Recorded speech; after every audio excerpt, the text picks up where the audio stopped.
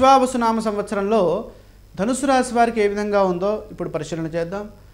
ముందుగా మూలా నక్షత్రము 4 పాదాలు, పూర్వాషాఢ నక్షత్రం 4 పాదాలు, ఉత్తరాషాఢ నక్షత్రం 1వ పాదము ఈ ధనుసు రాశిలోకి వస్తాయి.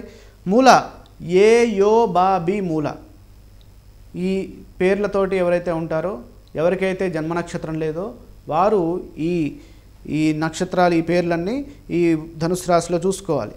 భూ ధా భా ఢ అనే అక్షరాలు కూడా దీంట్లోనే చూసుకోవాలి.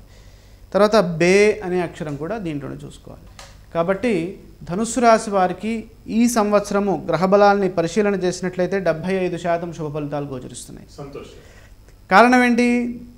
గురువు మే 14 నుండి అనుకూలంగా ఉన్నారు. అంటే ఆద్యంతాల్లో ఆయన యోగించినప్పటికీ 14 నుండి అక్టోబర్ వరకు అనుకూలంగా ఉన్నారు. ఆ తర్వాత డిసెంబర్ నుంచి సంవత్సరాంతం వరకు అనుకూలంగా ఉన్నారు. అంటే మెజారిటీ ఆఫ్ పీరియడ్ గురువు అనుకూలంగా యోగిస్తున్నారు.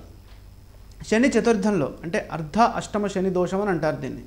కాబట్టి ధనుస్సు రాశి వారికి అర్ధాష్టమ శని దోషము ఇక్కడ ప్రారంభమైంది అని దృష్టిలో పెట్టుకోవాలి. ఇందాక మనం సింహరాశి వారికి అష్టమ శని దోషం అని చెప్పాం. ఇప్పుడు ఈ ధనుస్సు రాశి వారికి విశ్వావసునామ సంవత్సరంలో 4వ రాశిలో శని ఇబ్బందినిస్తున్నారు. అలాగే తృతీయ స్థానంలో రాహు ఉత్తరార్ధంలో అనుకూలంగా ఉన్నారు. దశమ స్థానంలో కేతువు పూర్వార్ధంలో యోగిస్తున్నారు. మొత్తం మీద 75% అనుకూలంగా ఉంది. ఆదాయము వ్యయము సరి సంఖ్యల్లో 5. కాబట్టి ఎంత వస్తే అంత పోతుంది. కాబట్టి ఆ పోయేదేదో వృధా కాకుండా మంచి ఫలితాలకి మనం ఖర్చు చేసినట్లయితే విచక్షణా జ్ఞానంతో ఈ ఆర్థిక విషయాల్లో ముందుకు సాగాలి. అలాగే రాజపూజ్యం అవమానాలు చూస్తే అవమానం 5 ఉంది, రాజపూజ్యం 1 ఉంది. కాబట్టి అవమానం అత్యధికంగా ఉంది. కాబట్టి సమాజంలో జాగ్రత్తగా ముందుకు సాగాలి. మనము రామ అంటే వేరే వారికి ఇంకో విధంగా వినిపిస్తుంది. కాబట్టి మనం జాగ్రత్తగా ఉండాలి. అవమానం ఎప్పుడు వస్తుందయ్యా అంటే మాటతోటే వస్తుంది. నోరు మంచిదైతే ఊరు మంచిదవుద్ది.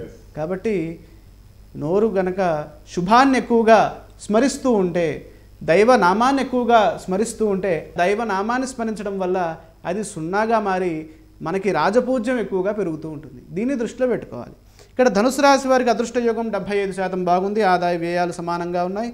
ఆశించిన ఫలితాలు సాధించడానికి ఇది ఎంతో యోగ్యమైన కాలము. ఒక ప్రణాళికాబద్ధంగా కృషి చేయండి, సత్ఫలితాలు సాధిస్తారు. స్థిరాస్తులు వృద్ధి చెందుతాయి. అంటే పెట్టుబడులు ఏవైతే పెడతారో అవి అనుకూలంగా ఉంటాయి. కారణం ఏంటి? దైవబలం బాగుంది. గృహ నిర్మాణాది అంశాలు కలిసి వస్తాయి. భూలాభము విశేషంగా ఉంటుంది.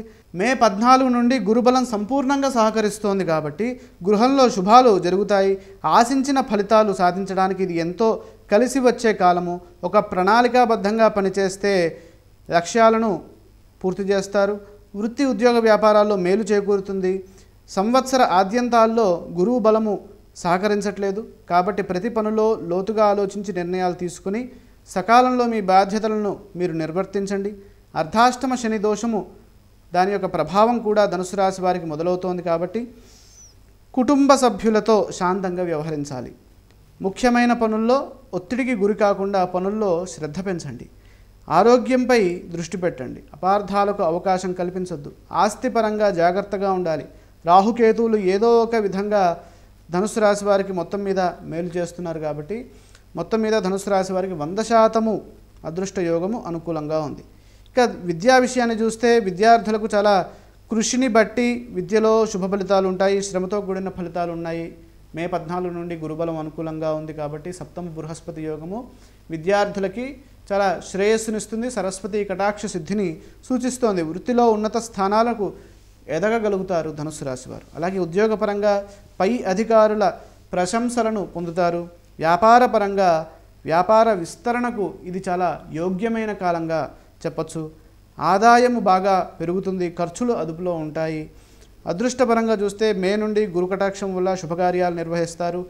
వివాహం కాని వారికి వివాహ ప్రయత్నాలు ఈ మే నుండి యోగిస్తాయి. అలాగే అభివృద్ధికి సంబంధించినటువంటి ఏ కార్యమైనా సరే మే తర్వాత ప్రారంభించండి. ఇక కార్యసిద్ధి చూసినట్లయితే కీలక నిర్ణయాలు ఈ సంవత్సరం విశ్వావసునామ సంవత్సరంలో విజయవంతమవుతాయి. మొత్తం మీద ధనుసు రాశి వారికి సంపూర్ణ గ్రహయోగం అనుకూలంగా ఉన్నందువల్ల గ్రహ ధ్యాన శ్లోకాలు ఏవి ప్రత్యేకంగా చేయాల్సిన పని లేదు. నమఃశంకరాయ అనేటటువంటి నామాన్ని ఎక్కువగా జపించడం, శని ధ్యాన శ్లోకాన్ని నీలాంజన సమాభాసం రవిపుత్రం యమాగ్రజం ఛాయా మార్తాండ సంభూతం తం నమామి శనేశ్వరం. ఈ శ్లోకాన్ని ఎక్కువగా జపించడం ద్వారాగా ధనుసు రాశి వారికి చతుర్థంలో ఉన్నటువంటి ఆ శని దోషము తొలగి శుభ ఫలితంగా మారుతుంది. ఎస్, ధనుసు రాశి వారు తస్మత్ జాగ్రత్త, నో ప్రాఫిట్ నో లాస్గా రాశి ఫలాలు మీకు ప్రతిబింబిస్తున్నాయి. కొత్త వ్యాపారాలు ప్రారంభించుకునేటటువంటి వారికి మాత్రం చాలా అనుకూలమైనటువంటి గ్రహ బలం ఉండేటటువంటి అవకాశం ఉంది.